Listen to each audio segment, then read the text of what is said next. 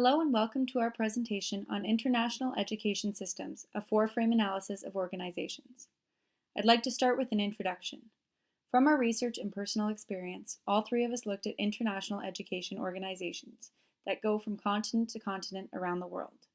We looked at these institutions with the frame of the political, structural, human resources, and symbolic, and we discovered many similarities and many differences.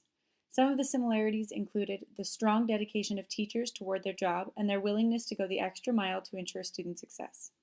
Some of the issues we faced were very similar as well, including parental control and funding.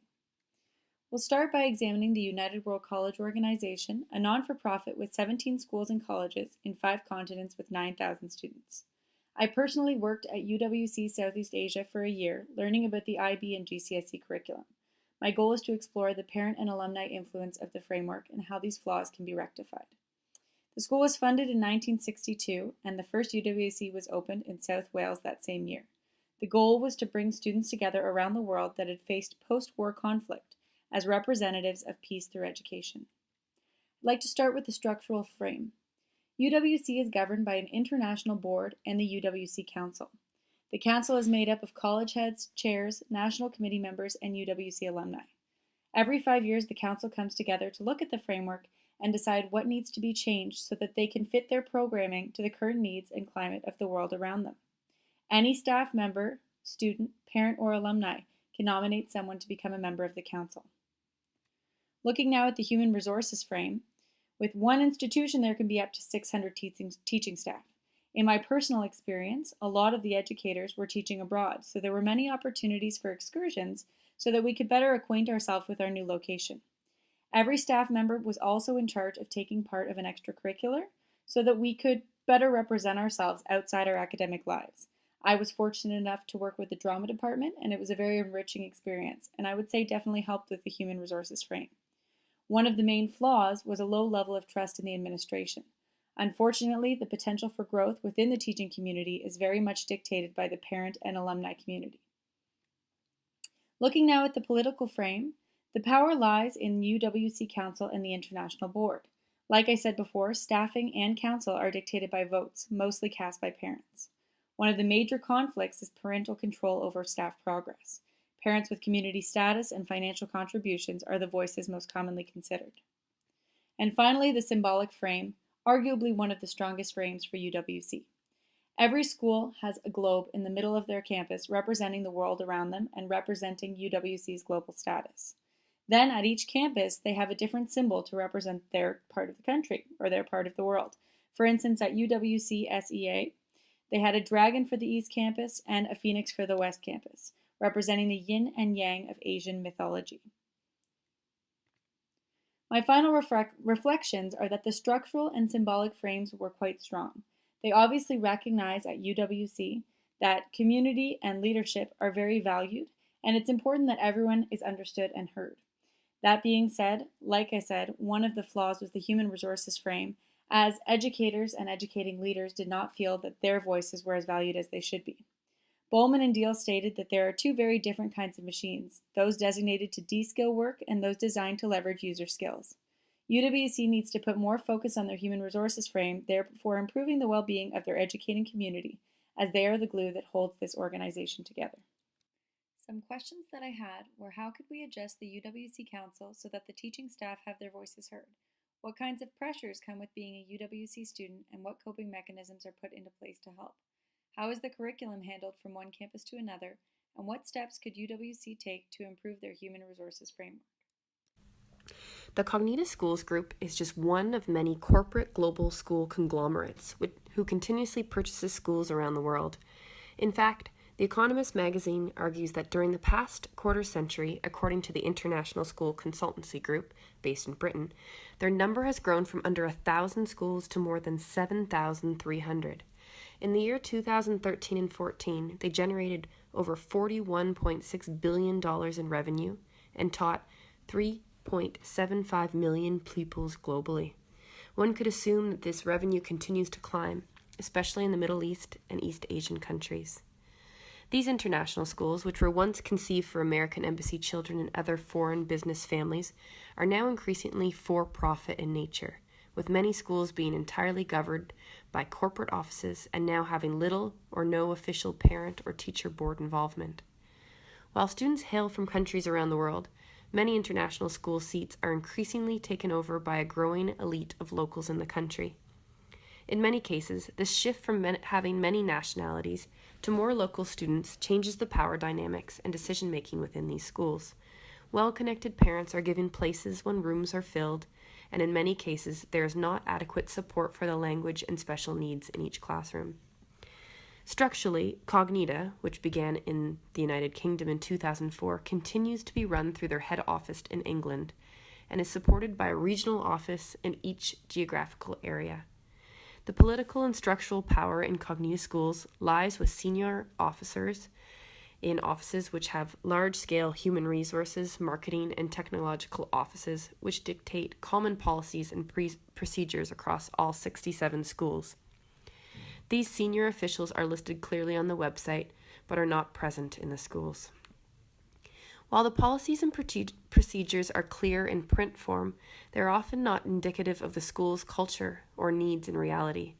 As Bowman states, the right structure forms a solid underpinning to combat the risk that individuals, however talented, will become confused, ineffective, apathetic, or hostile. Cognita must ensure that their organizational policies and procedures are what is best for each individual school, as well as for the organization as a whole. From a human resources frame, Cognita prides themselves through their motto focusing on teaching excellence, and schools hold their symbols and missions to define their work. Through common performance appraisals, excellence awards, and leadership programs, the organization aims to support and motivate staff members. In order to improve staff and student learning, directors must be given more control over appraisals, curriculum, standardized testing, budgets, marketing, websites, and staffing, which is currently run through head office or regional office. Cognita senior heads and regional office leaders should be more present in each of the schools to ensure consistency and to avoid favoritism. Bowman states that lessons are enshrined in acknowledged protocols and shared cultural codes and traditions. At the same time, individuals learn when systems cannot. Cognita must consider the human resources within their organization, specifically the empowerment of senior and middle leaders to ensure the continued success of the organization. For this project, I decided to focus on the education system in Trinidad, primarily on denominational schools. Many of you may be wondering what exactly is a denominational school, so I'll provide some background information which I hope will clarify the term. Trinidad was conquered by the British in the 1800s, so our entire education system is modeled after that of the United Kingdom, and this is reflected not only in our pedagogical practices but also in our testing. Children typically spend 5 years at the primary level where teachers prepare students for a major test known as a secondary entrance assessment. The students' performance in this test will determine which high school they will be going to. There are two types of schools in Trinidad, those that are solely run by the government and those which receive funding from the government but are ruled by members of a religious board. These are known as denominational schools. They are gender-oriented, and it is common knowledge that students who attain high grades in the test are sent to these prestigious schools, while those who performed poorly go to the regular government schools. With respect to the structural frame, the Ministry of Education is responsible for all primary and secondary schools. They create the curriculum that is to be used, as well as implement policies and practices that are to be adhered to. In the denominational schools, teachers are employed based on their religious backgrounds because the goal is to impart these religious teachings to the students and to be a good role model by reinforcing values and ethical principles. The teachers are expected to follow the rules that have been clearly outlined by the board members who govern the school. These schools have much more stringent policies, especially with regards to attire and behavior, and aim to set the highest possible standards for their students. Teachers are more motivated in these schools because it is safe and the population consists of students who have a strong desire to succeed. The religious boards have the most influence in the denominational schools and take control of the decision-making process. They usually dictate what should or should not be done, and will often challenge the policies that the ministry wants to implement if they believe that it does not align with their vision or goals. Parents are largely involved in the schools, and their input is highly valued. Some of them use their status in society to influence the school's decisions, and this can be quite unfair. Each school has a specific uniform that students are required to wear. This makes it easy to identify students and is a great way to build school unity. The school day typically begins with the national anthem, followed by the school's pledge. In denominational schools, they also include a short prayer to commence the day. This teaches students the importance of spirituality and reinforces religious practices. There are assemblies for religious holidays and festivities for the students to participate in, which allow them to increase their awareness of the religion and also fosters cohesion. I worked at a denominational school for 6 years prior to moving to Canada. It was extremely rewarding and fulfilling being in an environment where I felt valued and appreciated by both students and administration. However, I often pondered about the students in the regular government schools who were being deprived of the opportunity to have an education where teachers were fully invested in their well-being. It saddens me to know that students' futures are in jeopardy because of a system that creates division and marginalizes students.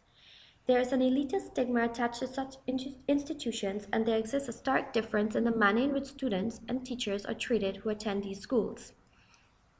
The majority of students in regular government schools have a fixed mindset that they're just not smart enough, and this manifests into behavioral problems which often leads to high incidence of violence in schools.